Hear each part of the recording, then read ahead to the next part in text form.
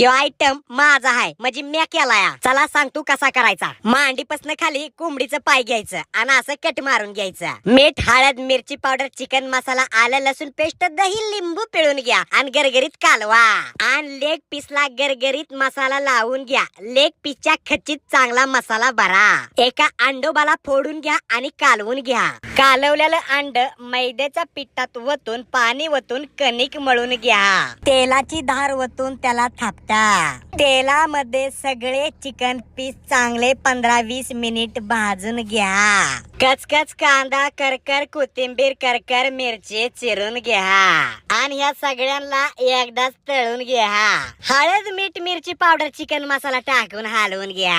मैद्याला चित्रात दावल्याप्रमाणे लाटून घ्या, कापून घ्या. हे तुम्ही फक्त बघा, करायच्या भानगडीत पडू नका, लय वाढू जात या. आणि व्हिडिओ आवडला तर लाईक करा, सबस्क्राईब करा.